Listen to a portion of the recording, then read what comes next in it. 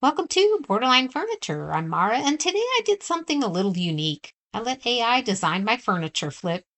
If you've ever had creator's block and thought, I have no clue what to do with this, try AI. I'll take you through my entire AI influenced process from inspired design, stencil creation, advice, and staging.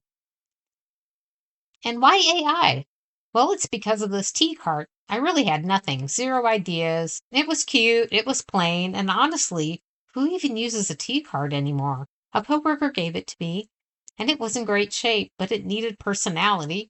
So it was perfect for the AI Create My Flip Challenge hosted by Crystal at the Crafty Creech, and with me as the co-host for the Unique Antique Challenge.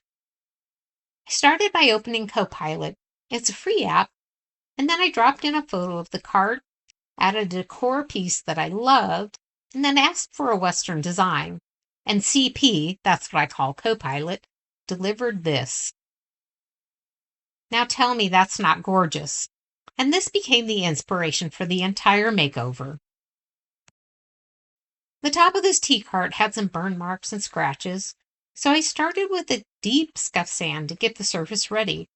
And because this design needed raised stencils, I grabbed some chalk to map out the size of the custom stencils that I wanted to make. I bought a digital pack of flourishes from Etsy, so I'll link that below. And then I arranged them, took a screenshot, and asked CP to make the design more concentric.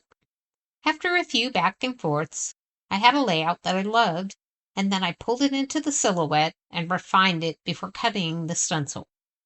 Now, for the star design, that one took some negotiating.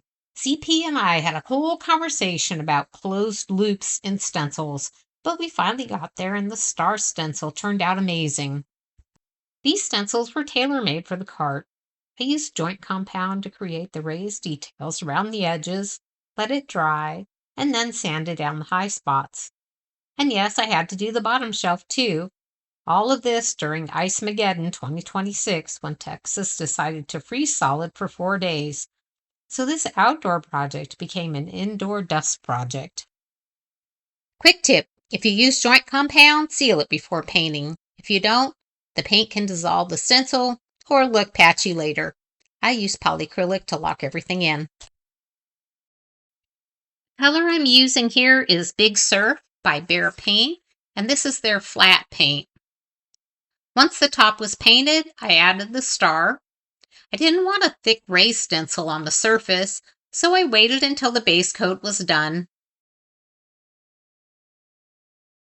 And yes, sometimes stencils misbehave, so this one had to be reapplied. Oh, I almost forgot. This has a drawer, and the drawer got the same treatment. First I taped the edges, then I added a raised stencil. After that, I added some wood you bend trim. I think it came out pretty good. The AI image had distressing on the top, but I just couldn't get it to look right. So I painted over it lightly, thinking that I would just leave some of the distressing showing through, but then it looked like bleed through. So I did what any furniture artist would do. I just repainted it again. Oakley, you're so serious. Well, they don't call him the Labrador Retriever for nothing. And although I didn't distress the top, I am going to go ahead and distress the legs and the sides of the little table. I plan to glaze the whole piece to get that distressed look from the AI image. So before doing that, I sealed everything again with polyacrylic. I've only used glaze once before, so I was excited but nervous because I really hate painting whole project. If I mess up, that is. I'm applying this Rust-Oleum decorative glaze, and I'm going to speed this up so that you don't have to wait around.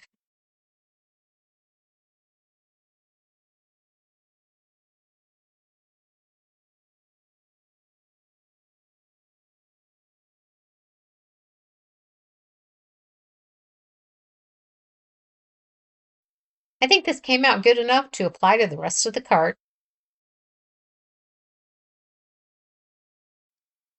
Well, it's too late to turn back now, so I keep going. And as the more I look at it, the more I'm thinking, I hope I didn't just make a big mistake. Okay, I'm all done. Just kidding. I'm going to let this sit for 72 hours before I give it a top coat of polyacrylic.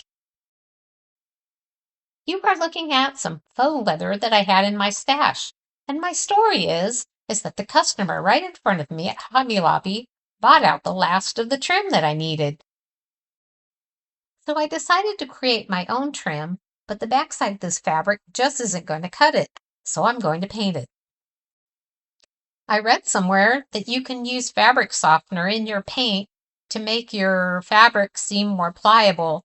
So I asked my Flippin buddies, and they said they'd never heard of that. So I double checked with AI, and of course it said don't mix fabric softener with your paint because you'll ruin it. So I did not do that, but I did not have luck the first 2 times I tried to paint this either, so I ended up spray painting it.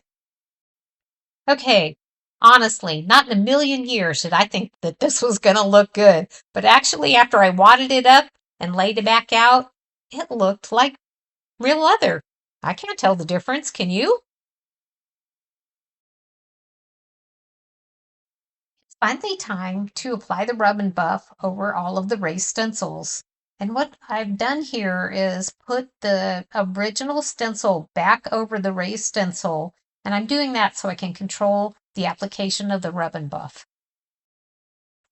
And here's just another instance where I use CP to help me make a decision on the sealing application. I didn't know whether I should do glaze, poly, and then the rub and buff, or just do the glaze and the rub and buff. But I actually ended up doing poly, then the glaze, then I went back over it again with poly, then the rub and buff, and then finally polyacrylic once again, just to seal everything. And that was recommended by AI, but there is more than one way you could have done that. We're finally down to the last 3 tasks. I've left the handle and the wheels the original wood color. This might have been a mistake, but let me know in the comments, should it have been wood, green, or metallic? Just tacking that fringe to the underside of the table, and of course, Mom's best friend is waiting there with her bone. And finally, installing the hardware. And you know that's my favorite part because it's time for the final reveal. Here is the image of the cart before, and here is the inspiration piece from AI, and here's the final reveal.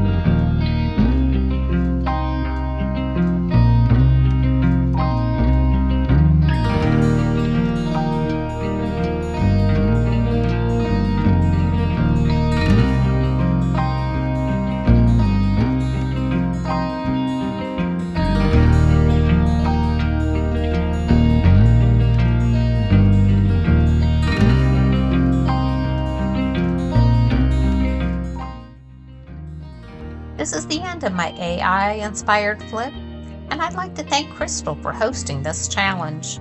Please check out the other collaborators in the playlist by clicking the link at the end of this video, and as always, thanks for watching.